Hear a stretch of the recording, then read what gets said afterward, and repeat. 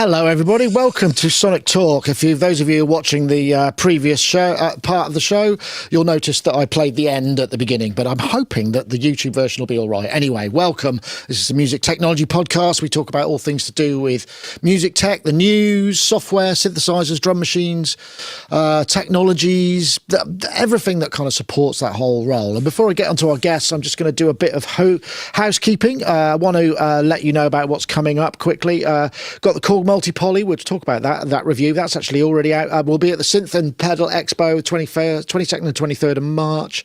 Don't forget the Melodyne 5 prize is on. You could get to it there. We've got a competition running till the end. Adam Audio D3V is in the can. Should have that coming up pretty soon. And I've got the Melbourne Roto Control, which I've started looking at. I also going to we've got a survey, which I really want to just quickly plug because you can get free stuff. You get a free decent sampler instrument of your choice if you fill it in. So let me just play the video for that, and then I'll do the Patreon, and then we'll be done, I promise. Oh, okay. Or not. God, everything's going so well today, isn't it? Right, let's try that again. Okay, let's try that. Get yourself a free sample instrument. You can choose from the Moog Muse, Udo Super 8 or the Kodamo Mask 1 sample sets. Just fill in our 2025 survey. It's a great way to help us keep giving you what you want. Your feedback is much appreciated. Okay, well, that didn't work. Everything's broken today. I guess that's the way it goes sometimes. But hopefully the Patreon ad will be there. And obviously we need your support terribly because we've got to invest in the infrastructure. It's 2025 and our Patreon keeps getting better thanks to our supporters. Thank you so much. There's ad-free versions of much of what we post on YouTube, Sonic Talk pre-show, Sonic Lab extra videos, the ever-expanding Sonicstate archives, including classics like the top 20 greatest samplers.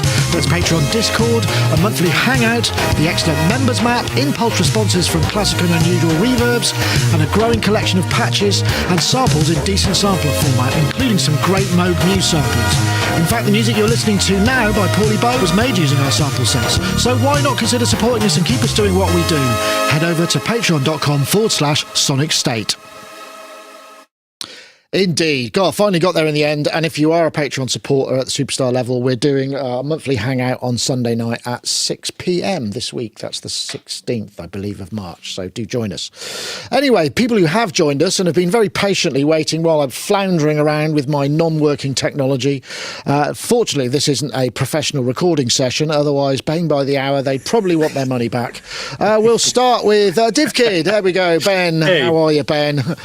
Good, thank you. Yeah. How are you? Yeah, really good. Yeah. No, yeah, those days happen. I think everybody gets it. Someone said reverse show. I was going to try and talk backwards. Yeah, worth a try. Yeah. Yeah, I'm good, thank you. Deep in module release planning for tomorrow, actually. Oh, yeah, you got a module coming out, right? Yeah, another one with Vostok Instruments. It's been funny. There's one person who got it a good few days ago before we'd kind of teased anything, and their wording of what they said it would be in my Discord is nearly to the letter what I said to Jose at Vostok Instruments when we'd released Trace last year. And I was like... You got a leak? Not particularly. Well, people can maybe go through the comments and have a look. I've been leaking bits of him, just kind of hammering it the last few days. I think teasers can be really annoying, and I appreciate that they can be annoying.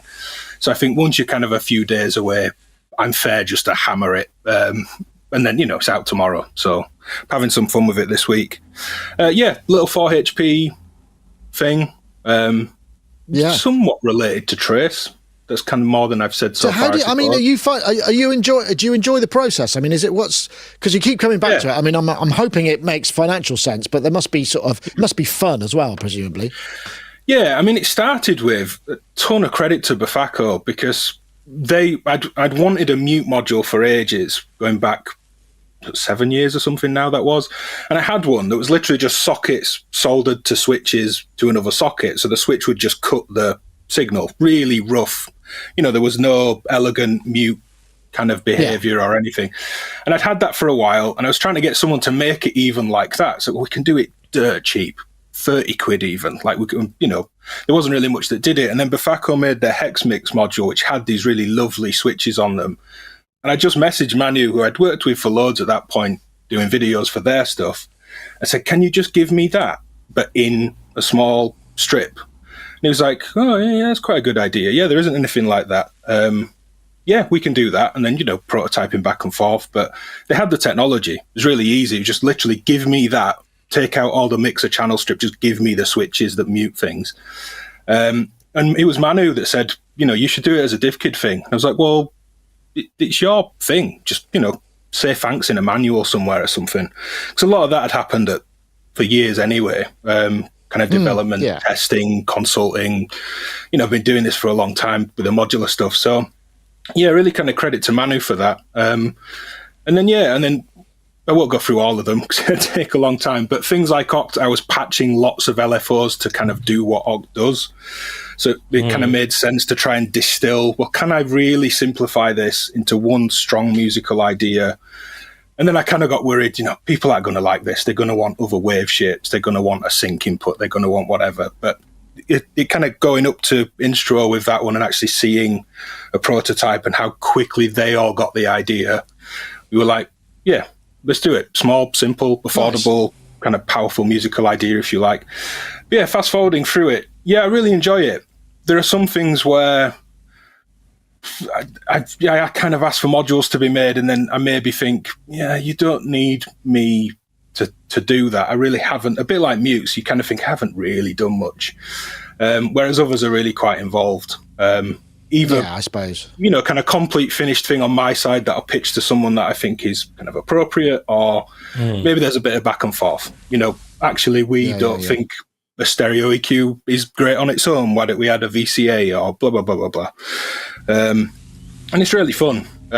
It's just kind of putting my name to stuff I'm involved with a bit more as well. As I said, I've kind of gone on a lot behind the scenes with kind of varying levels of credit for it, if you like. So yeah, really enjoy it. It's good fun. Too many ideas and no ability to execute them all. Tomorrow at 2 p.m. is when you're going to be premiering the new thing, right, on your channel. The link is down below, so I think Wagyu very kindly put something in. In fact, I forgot to thank Wagyu again. Wagyu has been helping out behind the scenes even more than usual, as well as moderating. He's helped us put together our own URL shortener, which is great. Sonicstate.me. So it's not the catchiest thing, but there you go. And also, if you type Sonic State, obviously it tries to auto-complete the full thing. I didn't think that through, but, you know, short URLs are quite hard to find. Anyway, also we got Paulee Bowes in Birmingham. How are you? Oh, you got your new T-shirt, Internet Famous. Excellent. Internet Famous micro synthfluencer. Nice. I'll have you know. Excellent. I'm glad to see it. How are you, Paulee? It is like self-deprecation. It's not a serious thing, just in case anyone thinks I am completely up my own arse. You know, it is a joke. But no, I'm not bad. I just hit 3K subscribers. Yes, I saw you, and you posted your video. I posted my video with the Amiga 3000 and some rare sound cards, some rare huge looking sound cards, which has gone down well, and people want more apparently. So there we go. I'm going to just keep mining that niche, digital. Mate, what you need like a micro endoscopic camera that you can put inside the Amiga and do that. You know, all those sort of animations that were around the Tron that were the sort of made, you know, so you could, maybe you could. That sounds amazing. But yeah, I'm good. I also wanted to say, Ben, it was lovely to meet you in person. Of course. At Synthes. We have crossed paths before. I think we probably walked past each other one Synfest about 5 times, but with someone else, you know, and both being polite and not bump. But yeah, we bumped into each other at the Peterborough leg where we were both changing trains across to Norwich.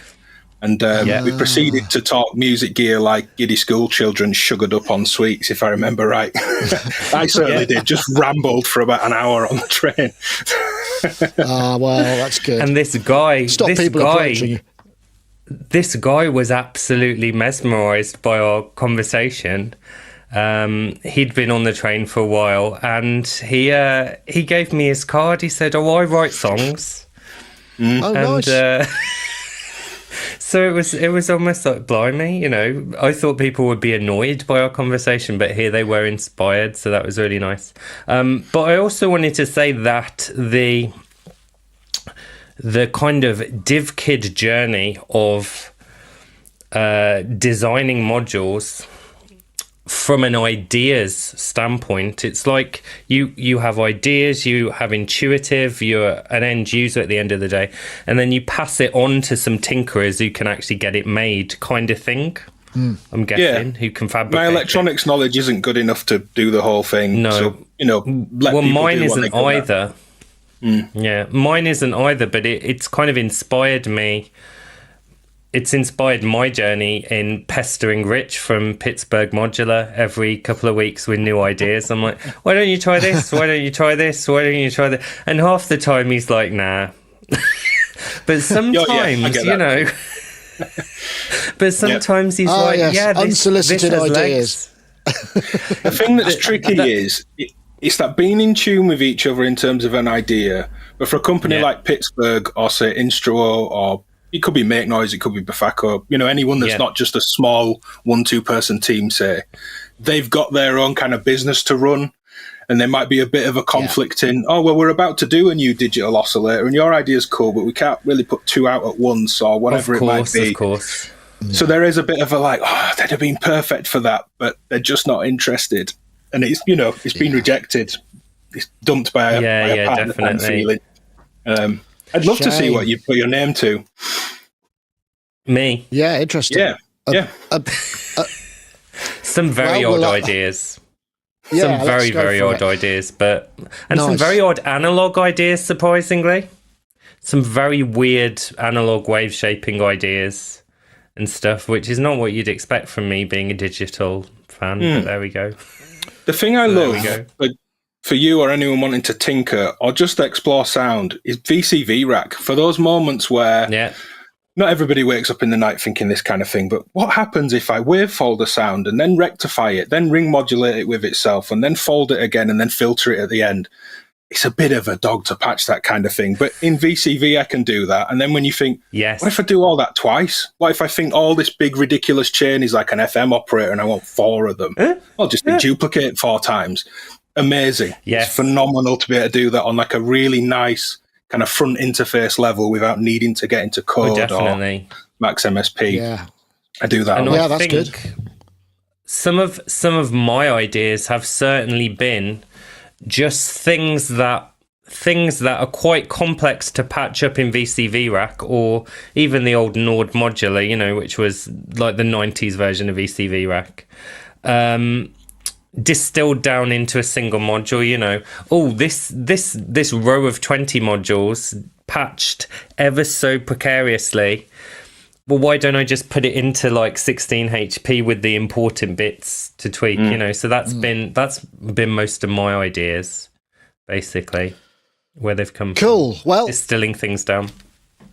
I think we probably should crack on and get a topic under our belts. Not that this isn't interesting, but it's very modular centric. I mean, understandably, it's the train chat all over. It's the train chat all over again. It is. You had your time on the train. Okay. Well, I'm trying. I think I'm going to start with the multi-poly, because the multi-poly native came out and did a patch flip for it, and I know something about it. So let's do that.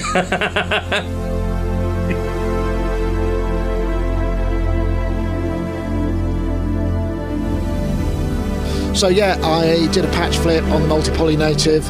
I must admit, when the hardware came out, I sort of felt a bit meh about it, and I think it's partly because it's such a deep and complex instrument that I found. Hello and welcome to another. I found ModWave and the Wave State. I found them a little bit too dense to use via a physical UI, and it's quite a challenging thing to make via physical UI, whereas something like this, the multi-poly, which is essentially 4 a 4-part multi-timbral synth with 4 oscillators per voice and a whole bunch of other stuff and loads of kind of cool goodness sort of makes sense with a larger UI like this. And I actually have to say, I thought it sounded fantastic.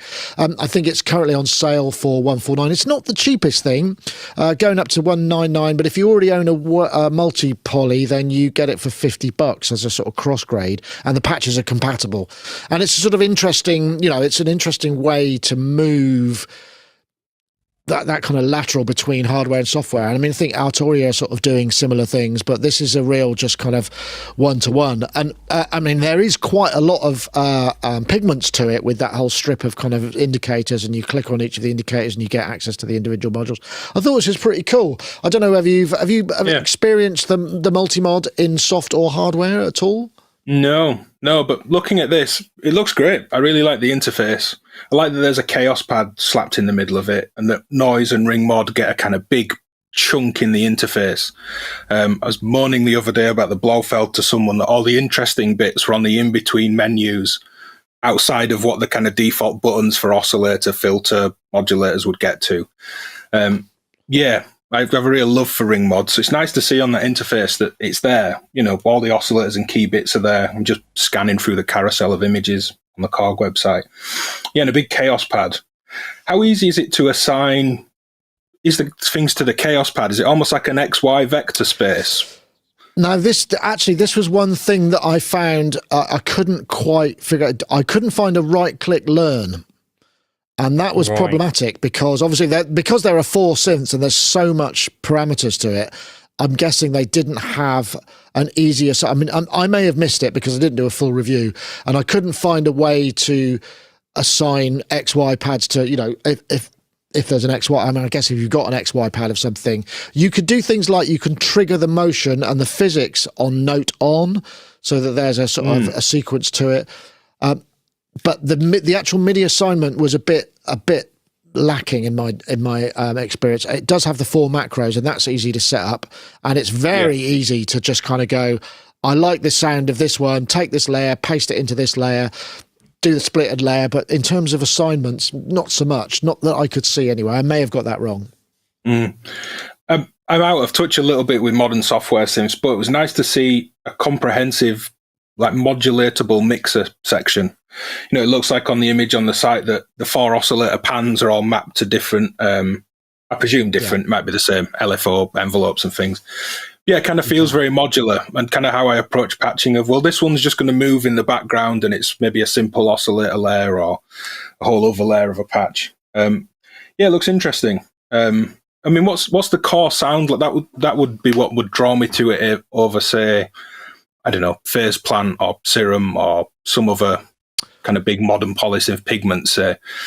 Do they have not a sound per se? It's kind of a difficult question, isn't it? It's an impressive... When you play it, you're like... because it's very easy to...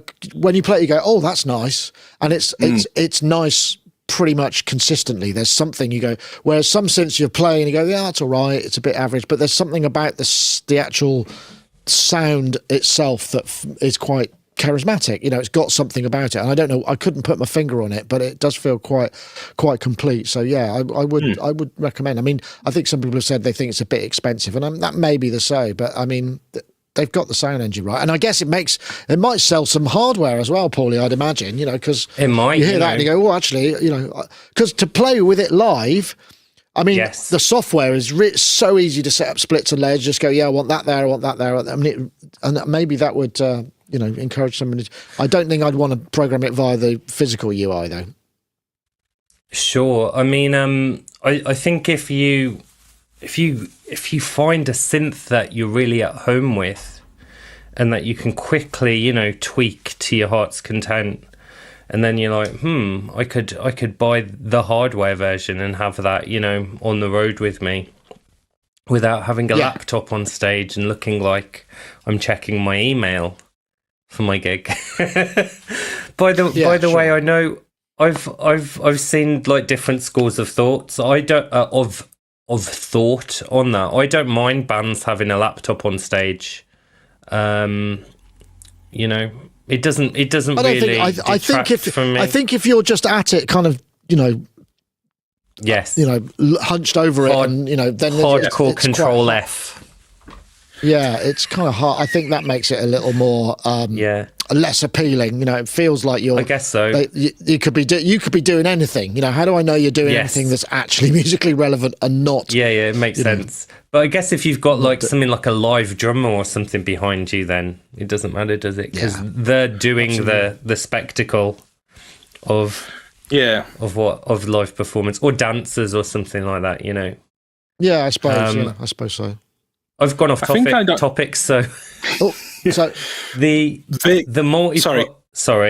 Oh, sorry. Multi-poly. The multi-poly itself, it's got extreme oversampling, which I think is 96 kilohertz. So it means that certain modulations that you set up on the multi-poly, like things like filter FM, ring modulation, will supposedly, I haven't really played or listened that much to it yet, will supposedly be more aliasing free and have a more kind of analog sound. Yeah, that might be part of why it sounds. And I think that's where a lot of, and I think it cuts polyphony down when you turn on that extreme oversampling. But I think it's nice to have the option. You have standard or extreme mode, and you go between the two. I didn't check that out. One thing I will say that there are. I mean, sorry. The thing that was really cool was the patch overhang. When you think you've got essentially 4 synths in a patch, you change a patch. Yeah. If you've got it on hold, for instance, say if you've got like a pulse on hold and you change patches, until you trigger that note again, that would still be playing while you're playing the new patch. The overhang is really impressive, and I don't know whether it's impressive in the hardware. If it is, they must have so much headroom in that thing to be able to pull it off. Yes. Sorry, Ben, you were going to come in there as well. Yeah, something different, but that leads me to, I wonder what that's like, triggering patch changes to a clock, every quarter, 8, 16. Yes. I really like that kind of thing on like old MIDI verbs where you can just go absolutely mental and some amazing things happen by just firing CCs into it, kind of as part of a pattern and a sequence, rather than, we'll CC change all our reverbs because we move into track 2 in the set list now. Sure. But yeah, the bit I was going to say, Jamie Geosims mentioned he thinks that the hardware controls the software as well, which is quite appealing. But opposing to what I was going to go in to say, that I'd quite like just a small version with less controls in hardware. Thinking of where I would use it, I quite like using software, despite all this stuff behind me, most of what I do online. But I kind of want the hardware just to be simplified, I think. I'd quite enjoy doing it on the computer and then almost having a basic controller. But that's built in as well, rather than the laptop and a MIDI keyboard and I'm running the software, but just, a basic player with the mod controls and maybe a few more. Interesting. But yeah, I don't think I'd want a multi-poly core version. Yeah, some small, because it gets quite, I think it does get, it seems quite pricey for both. I'd quite just like a simple hardware thing. Right. Yeah. It seems like a lot on the hardware. Maybe it's not. I haven't tried it. But yeah, the software looks really quite inviting to try things and really get deep into the editing. It definitely is. From my point of view, it made me feel like, I like the synth. Whereas when I saw the mod wave, I was like, this is just too much going on there. I don't know if it would. I mean, it's the sort of synth that to review is a nightmare in hardware because you can't see all of that stuff. Whereas in software, it's much easier to visualize. You go, this does this, this does this. It's sort of it's. I mean, it's a challenging thing to put all of that much stuff in. And as far as I know, they've probably done a good job. It's just I tend to shy away from stuff that's got that much stuff going on. I mean, they've packed a lot in there, which is impressive. I mean, it's a bit more expensive, isn't it, the multi-wave than the other kind of DSP based synths that they do in that sort of range. I mean, it has got wooden end cheeks, and I think there's a desktop version, but I don't know how much that is. I think that it's a rack version. A rack version, okay. I can only remember the price for. At Syntheast, it had something knocked off on it, and it was a really nice price, something like $649 or something. And I was like, that's very much in, It's got a lot. It's got a lot of voices as well. Yeah, that £600 P&3 impulse buy and eat beans for a few months. You know what I mean? Kind of price. I guess. Right. There was a lot of that. I'm just going to have to. Oh, sorry. Go, Ben. Yeah, just quickly to Korg's credit, and they're a lovely team at Korg UK as well. But to their credit at Synfeast, there were a lot of people that had kind of, talking in the room and going, "Oh, I've just played, I don't know, the Modwave or the Multipoly or whichever one. Oh, and there's some money off, and I think I'm going to buy one." There was a lot of people impressed by the team. Yeah. I don't mean they were on any kind of hard sales pitch. As I say, they're a great team, but yeah, impressed by them and the gear and the discount. And I hope they did well that day because it seemed like they did. Can they sell at Synfeast? I didn't know that you could. They were selling direct, yeah. Oh, okay. All right. That's cool. Yeah. Interesting. Right. I think it's probably time that I just take a quick break and we'll be back shortly after this. Introducing iZotope Cascadia. Intelligent delay without distraction. Add depth and rhythm with Cascadia's spacious musical tape delay, all while carving out space with adaptive unmasking, effortlessly blending echoes, slapbacks and textures into your tracks. Intelligent delay without distraction. Head to iZotope.com today and download a free trial and learn more. Once again, we thank iZotope for their continued sponsorship. Much appreciated. Now back to the show.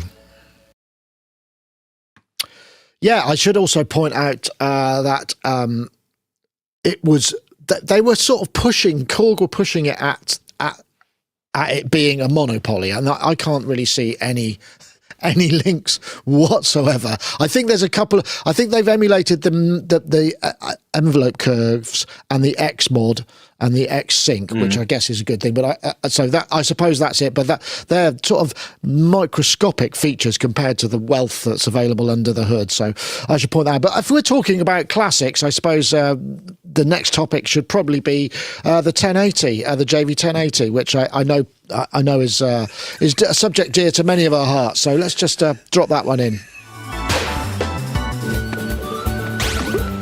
So this is a video by Soundfont Guy, who makes some great videos, and this is part of Paulee's article. Iconic gaming synth. I mean, the 1080 was a real powerhouse. I mean, it was the sort of... What do all of these things have in common? Yeah, I won't play the whole thing. You can watch the whole thing at your leisure. I had a 1080. I bought a 1080. It was the next synth I bought after the Korg 01W. The 01W felt like it was getting a bit long in the tooth. I still kept it for the piano because the piano was still is useful or for those sort of crappy house tracks I was making at the time. And the 1080 had a bit more. It was a bit more now, wasn't it? And had a bit more polyphony and bread and butter. I mean, I called it a bread and butter synth in that you could play, several large pads at the same time, so it would fill a lot, provide a lot of notes and sound quite good. You wrote the article though, Paulie. I mean, I guess for gaming, yes, must have been a big synth that had multi outputs, and it was fairly juicy, wasn't it? I mean, it was sure a beefy synth in many ways in terms of DSP. By the way, my this is my latest purchase, which is somewhat related, which is the 3080. Oh, nice. Is that 3 times better? I was just going to say the same. It's probably more than that, because it's got like 1,000 extra waves in or something, and a bunch of extra effects, but it has the same architecture. And actually, that architecture is wild. There's things like ring modulators, booster, frequency cross modulation in there, so you don't have to make nice chirpy twee pan flute sounds if you want. You can make absolute wild industrial nightmares, which I'm trying to convince Roland to let me do a preset bank for the cloud version of the XV-3080 and 5080. So I've been emailing. Well, that's funny to say. Nick House says the X5080 in cloud has everything. It's super. A rare plus for the Roland Cloud there. So it's always good to see that. But the 1080 and the later 2080 and 3080, they were in video games in a number of different ways. By the time sort of late 90s, early 2000s, you had a few video game consoles which still used synthesis, like the Sega Mega Drive used FM synthesis, very twangy. But the remaining consoles, half of them used CD soundtracks, the PlayStation, stuff like that. It played back the music on CD. Only the game sound effects, really, most of the time, were done live. And the JV obviously ended up in a massive amount of those. However, the other half, the cartridge-based systems, they didn't have the storage capacity to have CD soundtracks. So they would use essentially tracker kind of mod files, so sequences with a sample ROM in it, which means sometimes these crusty JV sounds got downsampled even more to fit into the 4 megabyte cartridge, or I think it was something like 1632 megabyte in the end, which isn't a lot for a game, all of its graphics, all of its sound, everything. So there's kind of like, how some people love the sound of old analog synths on records.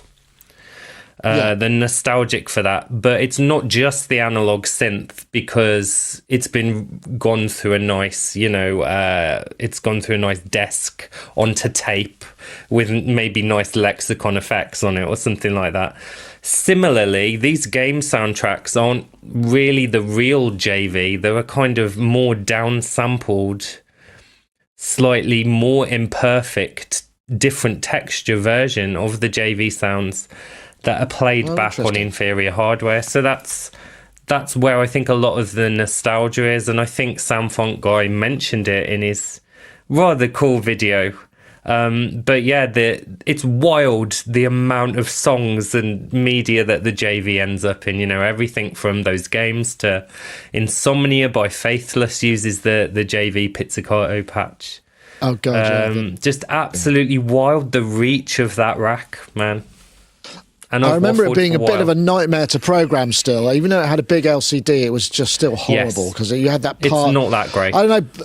What did you have anything kind of this era, 90s multi-timbral modules, Ben? I'm just kind of, you must have something under the bed somewhere. No? Oh, really? No, not here anymore, I don't think. But I know some of those games, but their sound, as soon as you hit that play on the video, it's like, yeah, you know it instantly. I'm kind of more interested in the inferior tech that was playing it back than the synth side. I want the crusty bit, the bit that added more crust on crust. And a way to edit it. That's the thing I'd really like. There's a new. So has this been re-released? Because looking at the Roland site, do they just mean the software version is the re-release? It's talking about the new waveforms, double the polyphony, 40 original effects types have been expanded out, and so on. What does two additional part of the cloud? Right, okay. One of the key points is 2 additional time variant low pass filters. What does that mean? Okay. That just kind of caught my eye on the TVF. Do we know? That's just what that was just Roland speak for a digital filter, essentially. Right. And I imagine that there'll be the extra filters from the 3080 and 5080 that got added later, been ported back to the JV-1080 plugin. I think. So new for the. It says full graphical control of the parameters. I take it that's the new cloud thing, because that would be interesting. Yes, definitely. Well, it would make it a bit more user, much like the multi-poly is sort of eminently more usable with that. I mean, I'm not familiar with the cloud stuff. I don't know what their UIs are like. I remember with not much fondness that any form of Roland software or editor from a long time ago was definitely not a fun thing to use. So I'm sure it's been improved enormously since then, right? In their defense, I might add that some of the JV and XV range had bigger screens than the 2-line. Oh yeah, that's 1080, true. Yeah. The 2080 and the JD990. Didn't they just make that? They just made the fonts bigger though, didn't they? Kind of, but they also gave you some graphical They also gave you that's some true. graphical there was, envelopes. yeah. So Yeah. Oh wow. So it's good. Those I are mean, the ones to go for. It's definitely one of those. I wonder how many. I mean, the 1080. I wonder how many 1080s were sold, because it would have been everywhere at one point. Because I remember after, because it wasn't the thing was it gave you workstation like sound sources without having to deal with sequencers and all of that kind of stuff that you didn't need. You just needed to MIDI sequence it, and so it was a really well positioned piece, I'm sure. And the expansion cards. I mean, didn't you, Paulie? You've got you've got a card which you can flash over Wi-Fi, haven't you? Didn't you get something for the? I'm trying to get hold of one. The reason I got this 3080, I had the 2020 before, which is a little one and it's not as expandable. But yes, so there's a new PCM card, 8 megabyte PCM cards. Roland released loads of them, some called orchestral or super sound set or vintage synths, and they're all very expensive on eBay, these old 8 megabyte PCM cards. But someone's obviously created a way of flashing the ROM of it, the software ROM, onto a generic card that you can plop in and reprogram it over Wi-Fi. So if you're tired of one PCM card, you literally just tap into the Wi-Fi. Neat. I think it's in a Bluetooth kind of or a Bluetooth sleeping mode. It's waiting for some Bluetooth signal or something, and then you send over the new card and reset. And I'm like, wow, that's crazy. That's I thought you'd already got it. technologically advanced than the actual synth. Yeah, no, Again, interesting. Anyway, I was just going to say, thinking of the MIDI verb and CCing the hell out of it. Bafaco's VCMC or CV thing, which takes CV and converts to MIDI rather than the other way around, that's more common, with things like this is incredible fun. Once you can just throw 8 voltages at things or gates and have it firing off these all, because some of this stuff, maybe not the 1080, but it can be had quite cheap. And I think from a kind of musical mindset, say if you treat the whole unit as, say, an oscillator that you might do in I mean, we're talking about modular again, but if you just think this is, the oscillator, I'm going to run it through filters and other things, do that in the studio with pedals and things as well. Stop treating it as a instrument, as a kind of whole piece, and just go, well, that's just a sound source and I'll run it through filters or really heavy EQ on the desk, or new levels of crust, find another crust to put it on, whether that's tape or another odd sampler or something like that. I'm sort of tempted, not specifically for the 1080, but some kind of that 90s era module again, just to fire voltages at it and see if it can keep up. That's cool.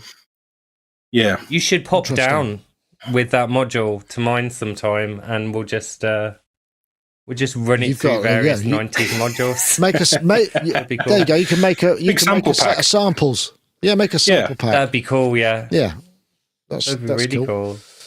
Samples and samples and samples. I'm just trying to think. I was quite late on the last ad, so I should probably give it another topic before I bring the next one in. It's just I usually think about it about now, but I'm going to go.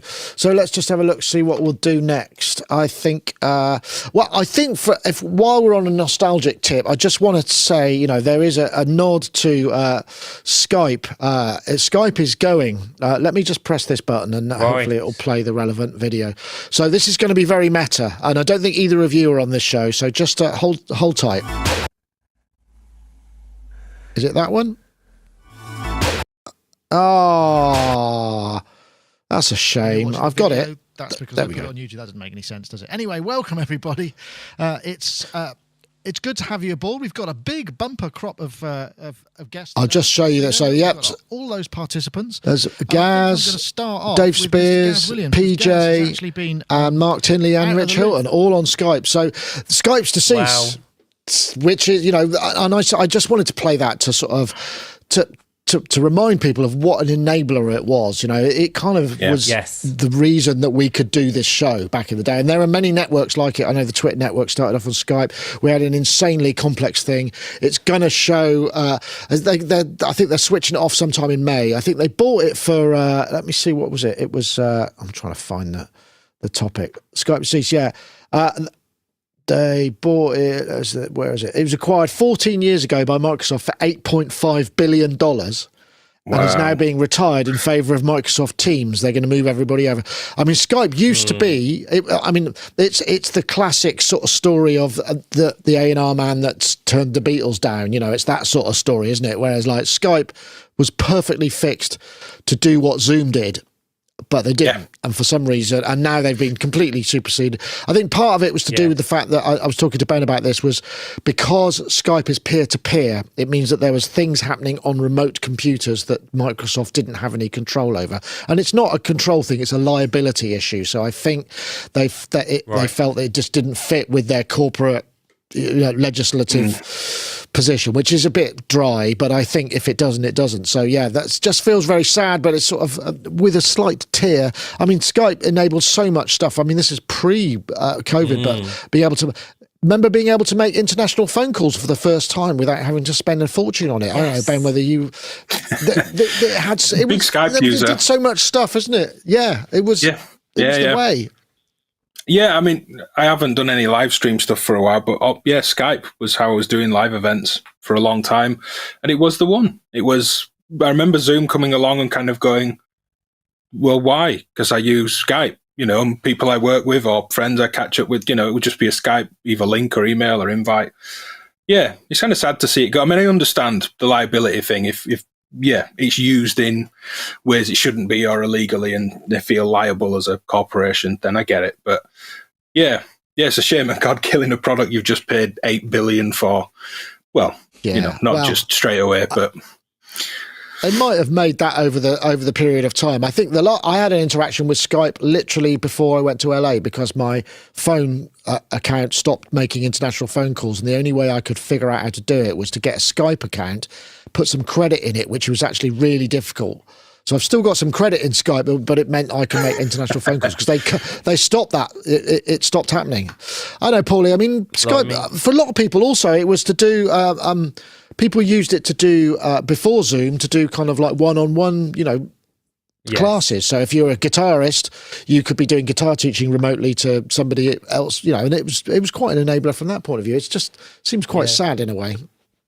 It's also become one of those things where the brand has become essentially the word, like I'm going to Skype. It's like Hoover. Yeah, it's like Hoover or like Tannoy jacuzzi. Tannoy, over the Tannoy. It's so it's gonna be this kind of thing where we can continue to say it, isn't it? I'm gonna Skype you, and my kids when they're grown up are gonna be like, "What the hell are you talking about? What's a Skype?" And they'll just look at me confused. Oh. Just so having a message there from Richard Nicol, regular guest. He says Skype is still built to Teams, apparently, but Teams cannot do Skype out. We used to have a Skype in as well. Do you remember back in the day we had a phone? We had an Skype answer phone message where people could dial in and leave messages, and then we'd play them in the show. Not very many of them, I admit, and it was yet another thing that, who hasn't had an answer phone and forgotten to check the messages over and over? I mean, I'm sure on my mobile I've got about 150 messages that I've not checked. It's very hard to, it's out of sight, out of mind. So, yeah.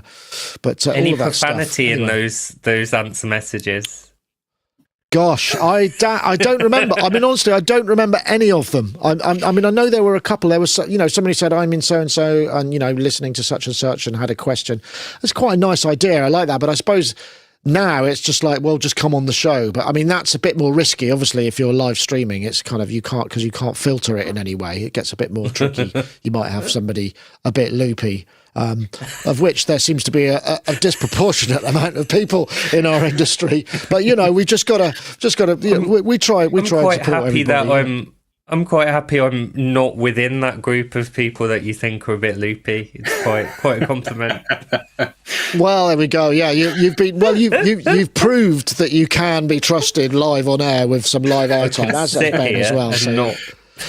But it's not a right, it's a privilege, remember? It's interesting you mentioned teaching and Paulie bringing up that it was the word, like to Google something or to. I mean, all my not all, but all my online drum lessons used to teach drums prior to making synth videos quite a while ago.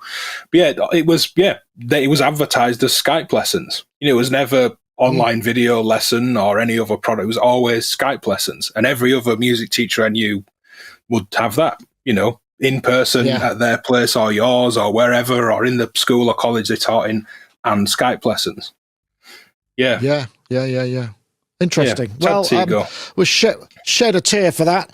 I think maybe the gas is going in my chair. I seem to be sort of dropping down in level. I'm going to try and raise it up a bit. So it doesn't seem to work. Anyway, but while you... We need a new verb for doing a video call, don't we? Yeah, I suppose we do. Yeah, we haven't got it anymore. Right, I'm just going to play a message from our friends over at one of our sponsors. I'll be back in a sec. I know right away when it's good for me because it makes me write something. Komplete 15, a do-it-all production bundle for endless sonic inspiration. I did not know it could do that. You have your low sounds, you have your mid sounds, you have your high sounds. Create any sound imaginable. All together, sounds nice and big. Whatever sound your music needs, make it with Komplete 15. Yep, and we thank them very much for their support. So I was wondering where to go next. I was thinking, actually, I might go. We were talking about drums, so maybe I don't know if this is even going to work. So let's just see if I press the button. It might work. It might not. It seems it's a lottery. It's like an 8-topic lottery. So let's see. Number 5 is the button I press. Let's see what happens. Oh, hey. It worked. PlayBeat for drum designer. Seem to be getting quite a lot of publicity at the moment. It's billed as an AI beat designer, and certainly some interesting patterns going on it. The idea is that you can load and randomize a whole bunch of stuff and then trigger patterns or trigger groups of voices by the keyboard below and variations. It's kind of a neat idea. I'm not sure how I feel about it necessarily. I just wondered whether or not anybody is using generative beat stuff. I know certainly in modular, generative sequencers are all the rage, I was just thinking back to the Korg SQ64 that I reviewed. I found that to be one of the most intuitive ways to take a 1 or 2 bar pattern and vary it massively, so you end up with all these kind of like conditions and trig. It's very easy to set that up, so you could just and it felt like this promised me that but didn't quite deliver it. It felt like it was not the randomization and the triggers and the flamming and stuff. It just sort of didn't quite fulfill what I would expect from AI. And I just wonder if anybody is using any generative stuff. I know, Paulie, you do some great drum programming in terms of sounding like real drums or augmented drums. I wonder, Ben, if you're probably using sequencers a little more than perhaps I am, that's for sure. Yeah, I'm all for tools that do this kind of thing for you. A question that comes up a lot in kind of my own communities and sim space I've seen is that people struggle to program drums. And drums being my first instrument, I don't quite relate to that because my background influences the drums more than anything else. So it's not really somewhere I'm coming from. And going from basic house beats, rock beats, techno, hip hop, I think a lot of people, once you've been in it a while, a few basic beats, but it's that variation, as you say. What do you do at the end of the 4th bar to make the loop feel bigger? I'm all for tools kind of working with us to give us things, whether that's a algorithmic melody generator or this for drums, kind of as an inspiration machine as well. And if it is all AI, so there's something on the site, it looked like every time you randomized or rebrought something new round, it would be something unique, which felt quite appealing as well. You haven't just gone through, 10 levels of variation that everyone will get to. I quite like the idea that it's always slightly different. What wasn't clear with it was, is it AI generated or randomly generated sounds as well, like a drum sound designer, or is it just the patterns? I couldn't tell if it was it looked to be synthesis, but I kind of wanted to look at what could I get in. So I really like a pattern and I want to change the kick. What can I get to, to tune it or change the length of it? Yeah, it looks interesting. I'd quite like a play on it. It seems perfect for, kind of iPad app. Yeah, I think that's where, because I actually downloaded it and tried to run it in Ableton, and I couldn't figure out how to record into it. I mean, I didn't spend an awful lot of time. Some of the sounds were really good, I thought, but I was immediately just going, I just want to right-click on this step and just go randomize the timing of it, or only play it every 16th time. I wanted to be accessing that kind of stuff, and I wanted the AI to be maybe thinking about those things. So maybe things that were just on the trip of the bar beat where there might be a fill or something, they might automatically go, well, you don't want that every time. We'll do it every fourth time. And that's the sort of the assistance I would like with, an AI beat programming paperclip type thing. I would like it to sort of go, oh, try that, try this, and or give me maybe appropriate parameters to fiddle with myself. And I wasn't feeling this. It still felt very. It feels like it didn't feel like it was all that AI. You'd randomize something and it would randomize a lot of things or one thing, and it just didn't. I didn't find it all that intuitive. But I think they're the bits that you'd want. Not every great songwriter is a beat maker or programmer, or and if you're in a band or an ensemble setting, you may turn to the person doing the drums, whether that's a drummer or a programmer or whatever it is, and just say, make the pattern busier, feel faster, feel slower, working more 30-second notes, whatever that might be. Looser group, using technology that you can kind of talk to in that loose setting. Yeah, almost like how prompt. Yeah, like in a jazz trio, the piano player starts taking a solo, the double bass player and the drummer just step back a bit. They give them a bit of space, but the prompt effectively might just be step back a bit. And it's like, well, what does that mean musically? And musicians interpret that in the way that they do. But getting technology to kind of work with that, it's almost like a density control of like do more, do less, but in musical stages along the way. Is something I'd really like. I think being able to type in, it comes a pattern, you go, oh, that's good. Can you make it less aggressive? Can you make it more busy? Can you make it looser? Would be useful stuff. I mean, maybe that's a prompt. I don't know, Paulie, you probably, I'm sure you enjoy programming your beats and, they sound great. So why would you need something like this? But that's because you can do it, whereas not everybody can. There's something to be said for completely misusing a tool, isn't there? And getting something that is so marbles. I don't know if the audience are familiar with mutable marbles, but it's essentially a random maker kind of module, and it will put out 3 different strands of random CV, but it'll also put out 3 different triggers, and they're kind of arranged in hi-hat in the middle, kick and snare, with a kind of coin toss knob, and whichever way the coin is tossed means that the kick drum pattern or the snare drum pattern will be busier or it will be more laid back. And you can change the bias, really busy snares with very laid back kick.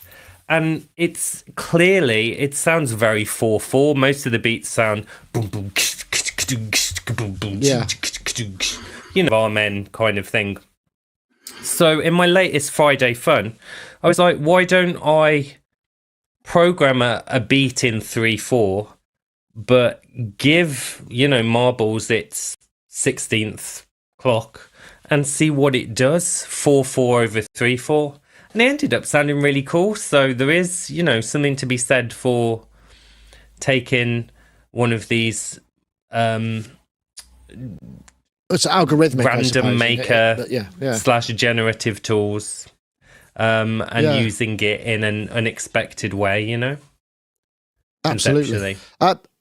Just want to say, Jamie, nice to see GeoSynth in the chat room. He says, cool, Karma used to do this stuff. Yes, I've forgotten about that. Yes. The Karma and, that was massive. I remember that had a huge plug, wasn't it?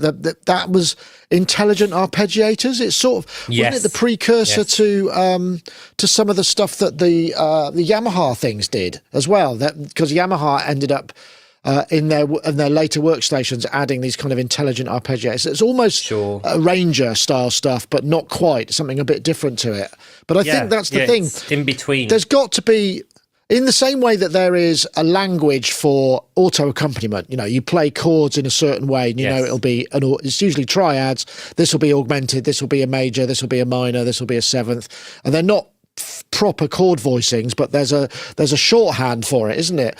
Maybe there's room for that sort of thing to be developed from a sort of rhythmical point of view. So, you know, by playing something in a shorthand form, then you would get something more like this, or more swung, or more jazzy, or more rocky, or whatever. Maybe there's room for that. I don't know how you would define it, but it seems like in the world of that we've got with AI and prompting, you know, that it's entirely possible that somebody could come up with a thing where you just tell your drum machine to be more busy or less busy, or more rocky, or hit it harder, hit it softer, slow down.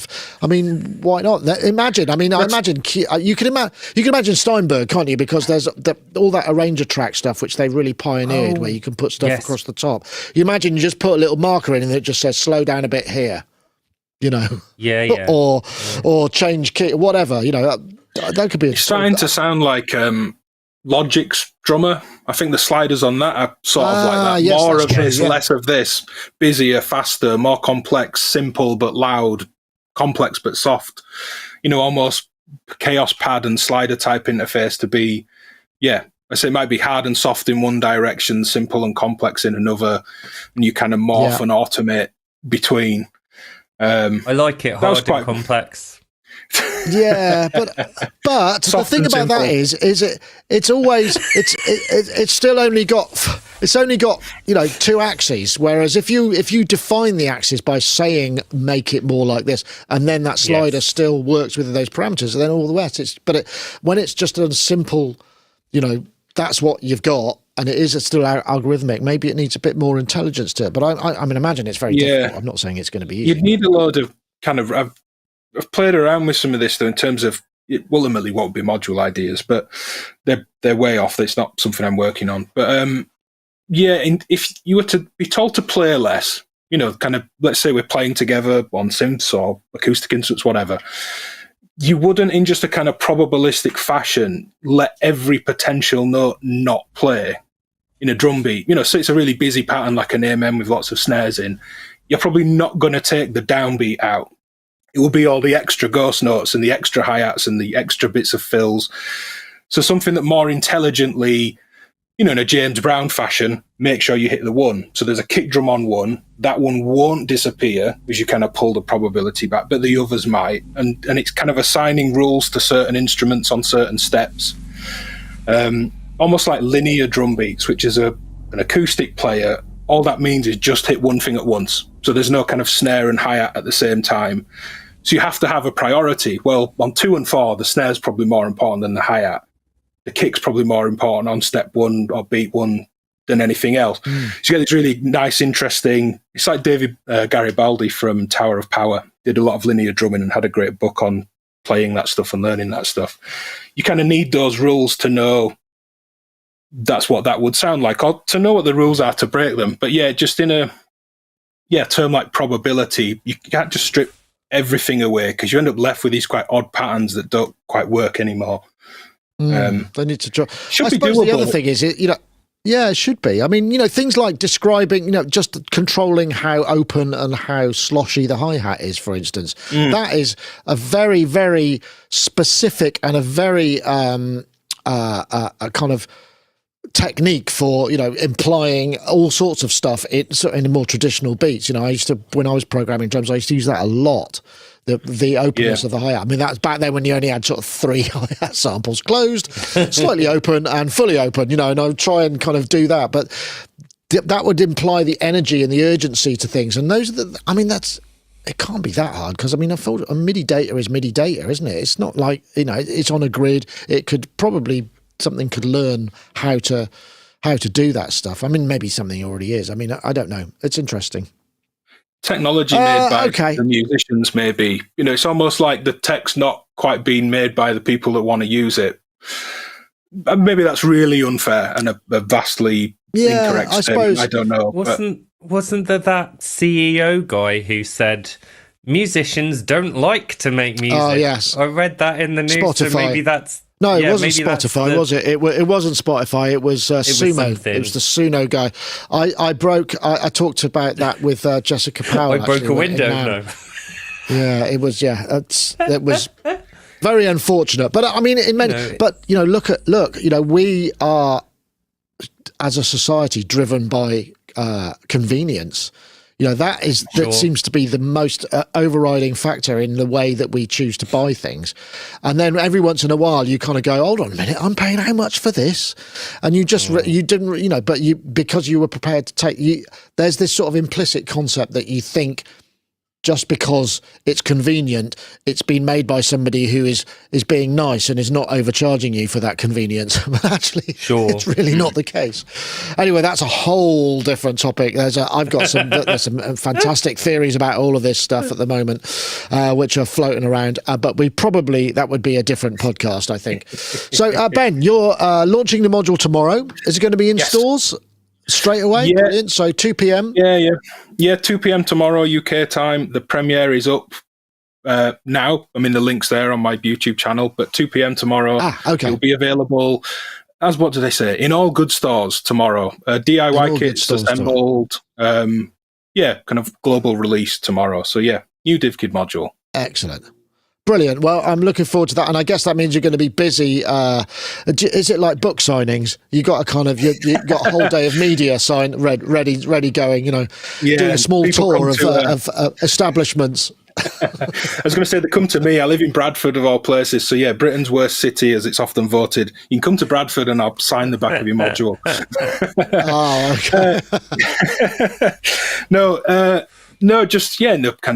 Setting all the release stuff up and getting that ready. But it's not a huge, massive release of everybody. I like seeing how these things develop over time. So there'll be my video tomorrow, and I'm kind of curious how people end up using it. And yeah, we've a ton of ideas.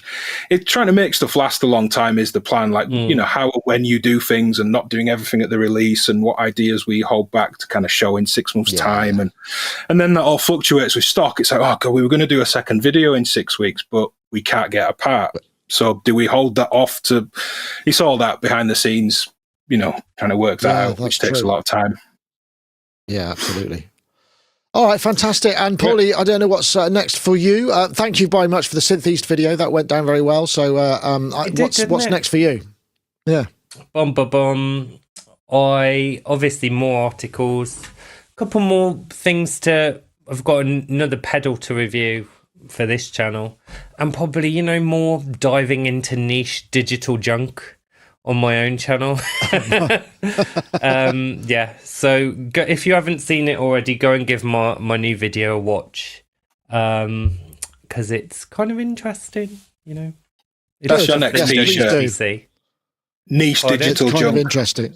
Niche digital junk. There we go. That's your next t-shirt. Wow. I think I should quickly, before we go, let's have some suggestions for topic titles in the comments, and I will hopefully use one of them for sure.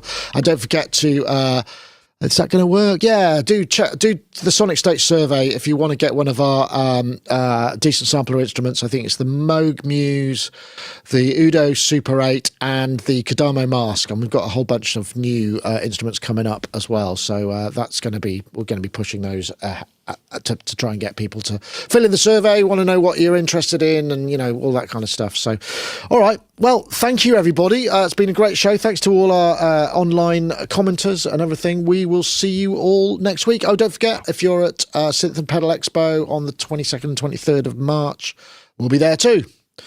Right, that's it for this week. Yeah, thanks very much. Great. Bye. Thanks everyone. Bye.